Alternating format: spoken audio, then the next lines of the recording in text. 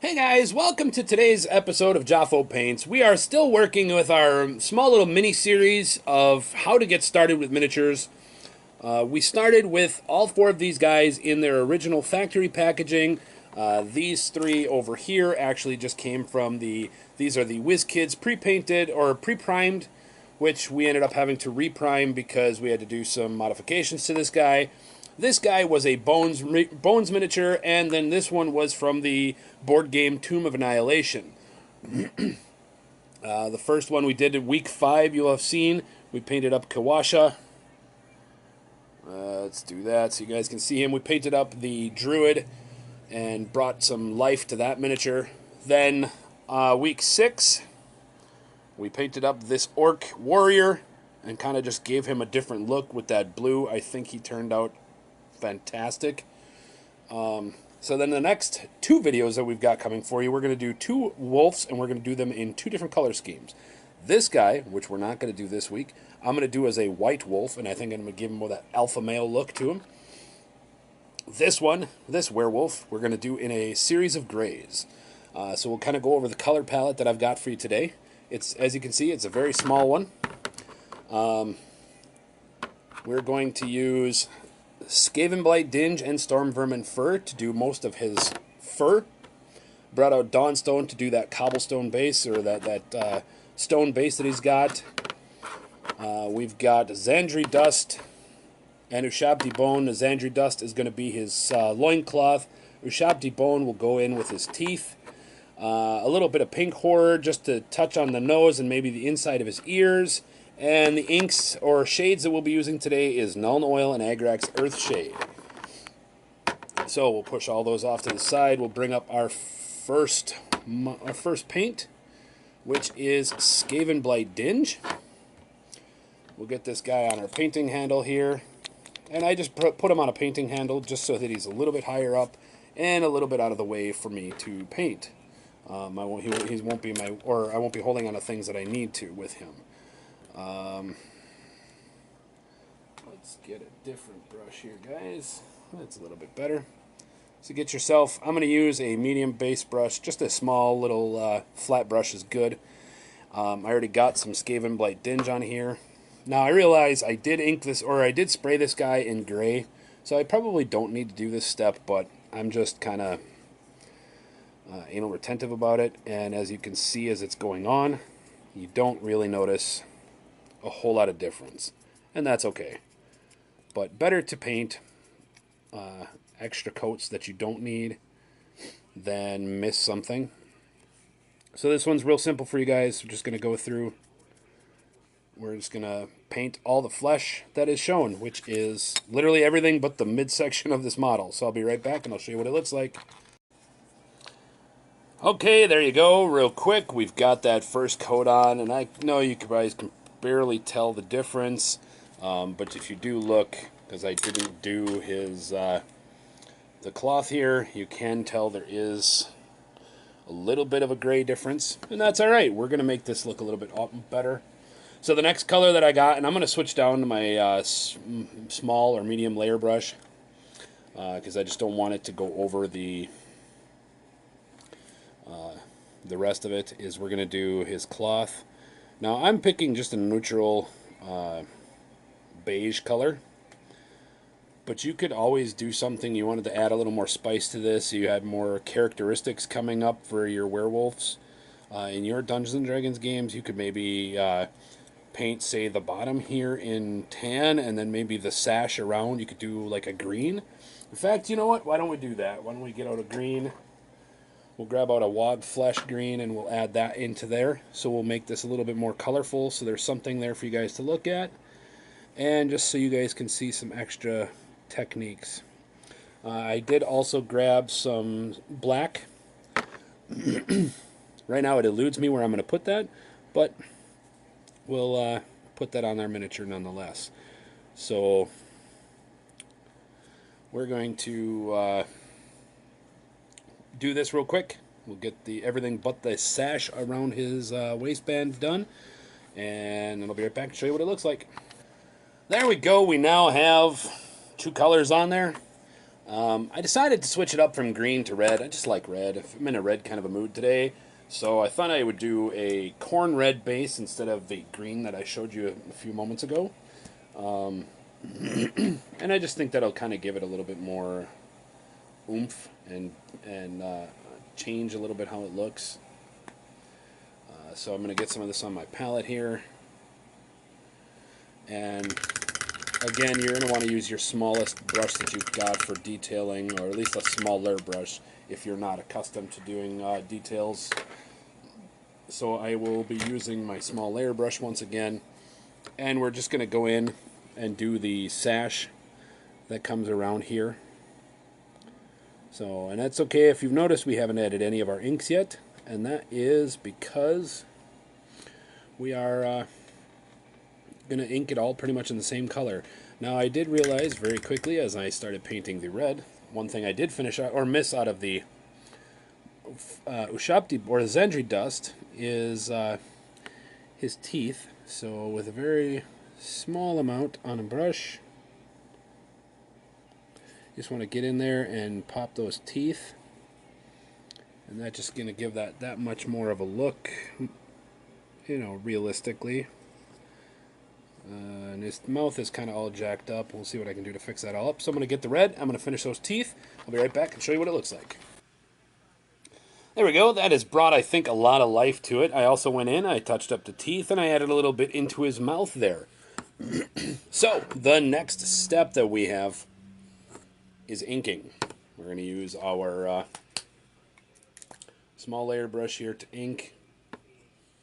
Shade is probably a better term, and it's just going to literally be an all-over shade. So don't be afraid to, get it on anything. You want to cover everything. Just make sure that it's not pooling anywhere that it shouldn't.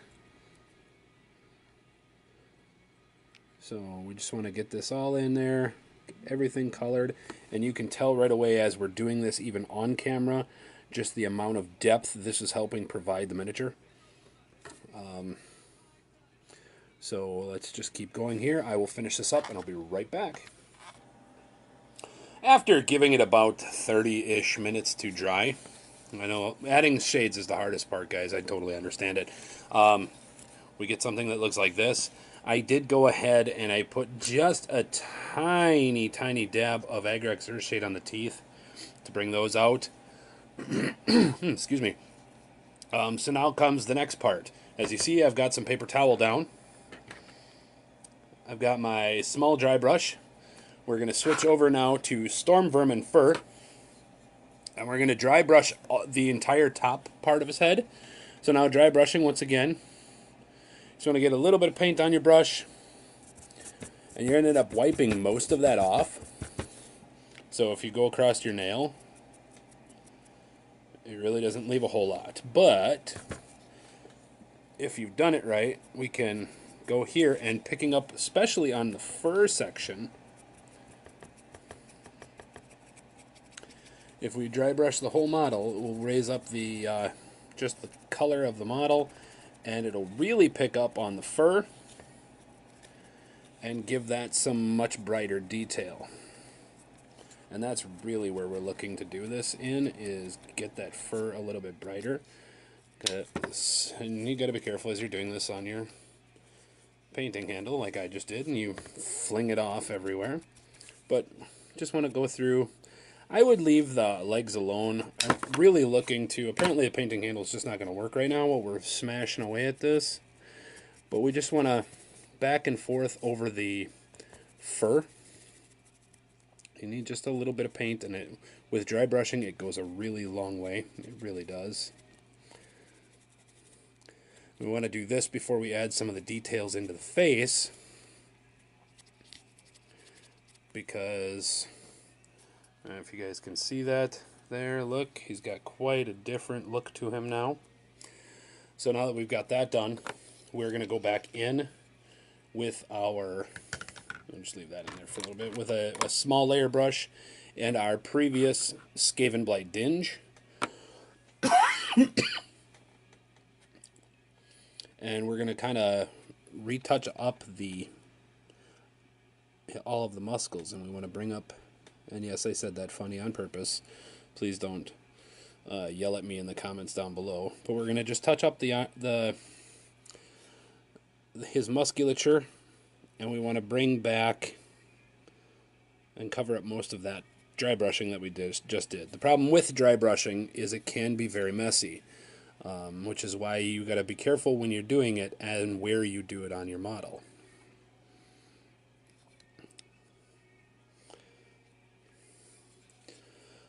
The other step that we're going to do here before we add too much color, get my other brush out of the water there.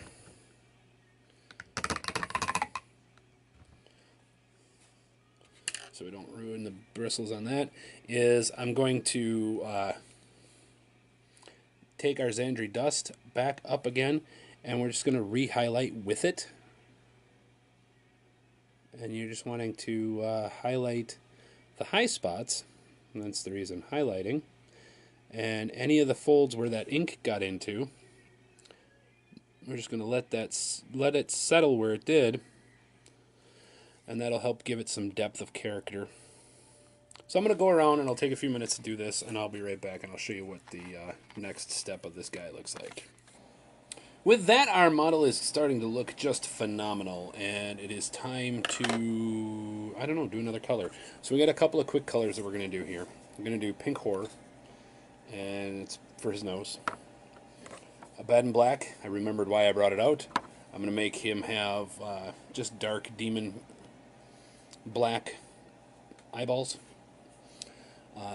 Ushab Dipone, we're going to use to just touch up those teeth and brighten them up a little bit.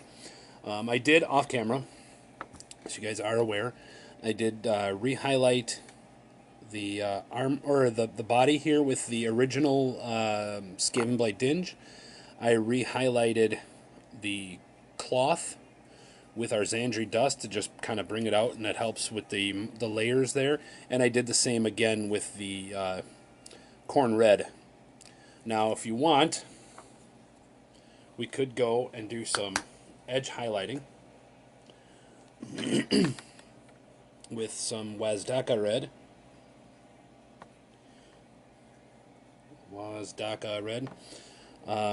On here, and that just kind of give it even more shine to it.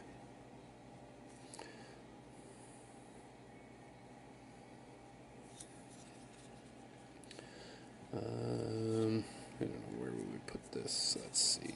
It's really hard to make decisions on camera, essentially live, while you're doing this, and see, then you make stupid mistakes like that. And if you make a mistake like that, you just flood it with a bunch of water.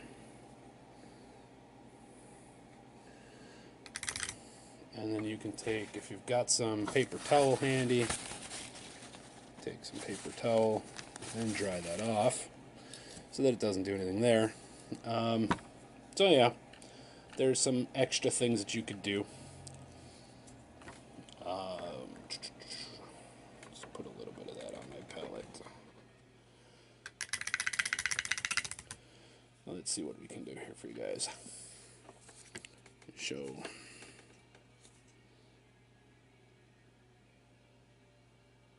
In fact, this one I think I'm actually just gonna, I might have an edge highlight. We're just gonna kind of brighten up the back belt here. So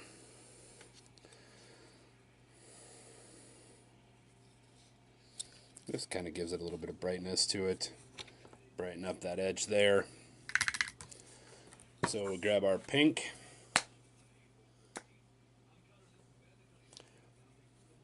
Let's grab just a little dollop. Really don't need a whole lot, because all we are doing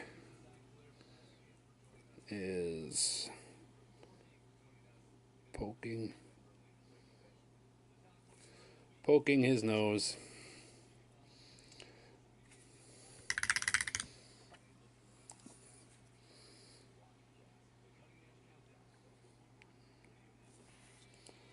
And that just kind of gives him a, a little bit of color. Make sure you close that. You don't want to be shaking or putting that away with that there. Now, normally I don't do this right out of the pots, but Just want you guys to see what's going on.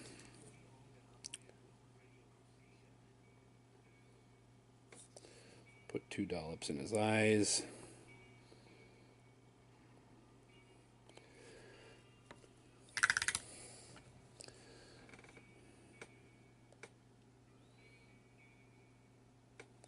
And it'll look fine once it's dry. So, and if that's just too much, because the front of his head is like not as hairy, you can always go through and just kind of touch over the nose area so that it kind of blends right back in like that. The next one we've got, make sure you get a good shake on your pot. We've got our Chab de Bone. Again, I don't normally take right out of the pot, but such small amount of paint is needed, and this step is really up to you if you want to do it. If you are not comfortable, I can completely understand, but that gives his his teeth a little bit of a highlight. If you want, you can go back in if you wanted to hit some light here, add some maybe edge highlights to his cloth. Shows you like this.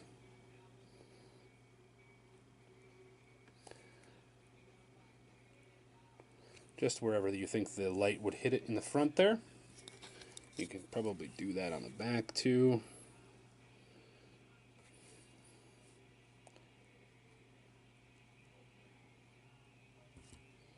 You're just looking to pick up a little bit of where a little bit where the light goes.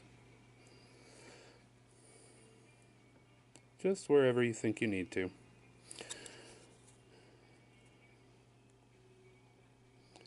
You know, I'd like to believe that the old man Bob Ross, amazing painter. If you've never watched him, you really should. He's always said there's no mistakes, just happy accidents. I don't think he was talking about miniature painting, though. There can be mistakes in miniature painting, unfortunately. However,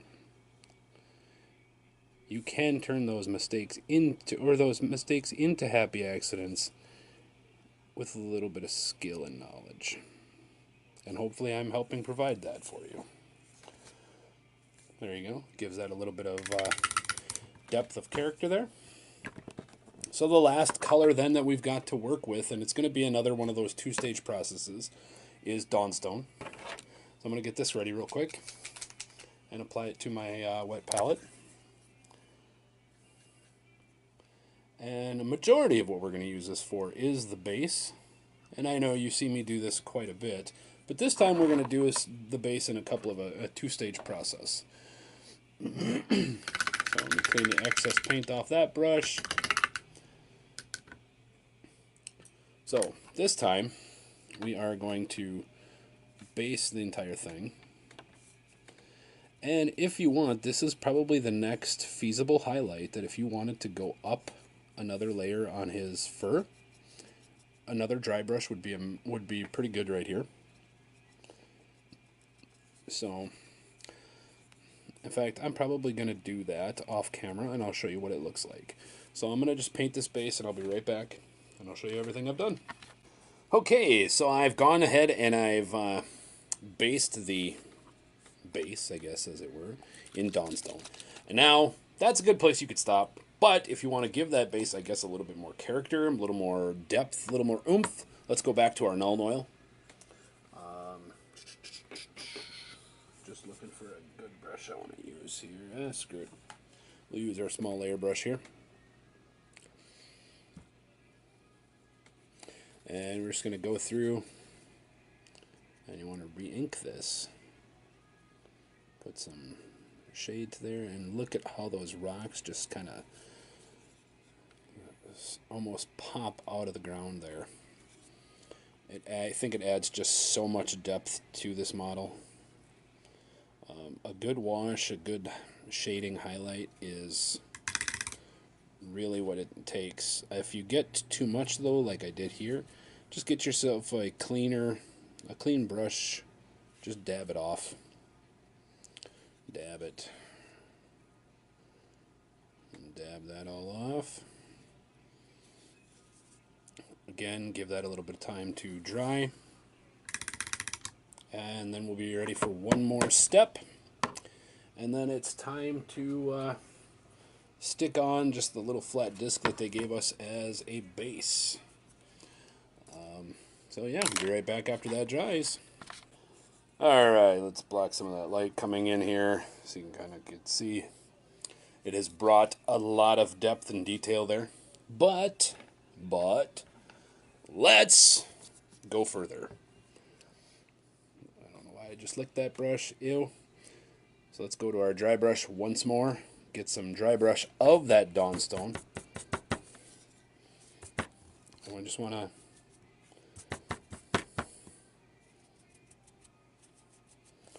lightly go through and just kind of pick that up. If you really want to be fancy, you want your guy to look a little bit brighter, we can hit the top fur a little bit more. There you go. That is pretty much the final step. The last step, of course, is a real simple one. Just got to glue his supplied base on. Good dollop of glue right there in the center.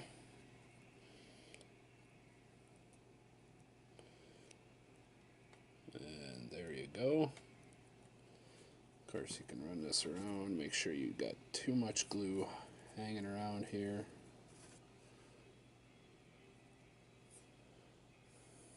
And there you go. So we'll pull back this. In fact, let's put him back in his holder. And of course, now I got glue on my fingers, and that sucks. So be careful when you're doing that. And there you go. We have one of our 2 werewolves done, and this has been another Jafo Paints video. If you've liked what you've seen here, please hit the like button down below, give me a thumbs up, subscribe if you haven't yet, and if you are a new subscriber, or if you're an old subscriber, make sure you hit that bell button so you can continually get updates on this. I produce a new painting tutorial video every Monday, and you can see how to do this one. You can see how to do some of his friends here and here, and come back next week as we paint the alpha werewolf, and we'll do him in a white. We'll make him look white, and he's going to actually have a few more colors to him than I think this one. So, thanks for stopping by, and happy painting.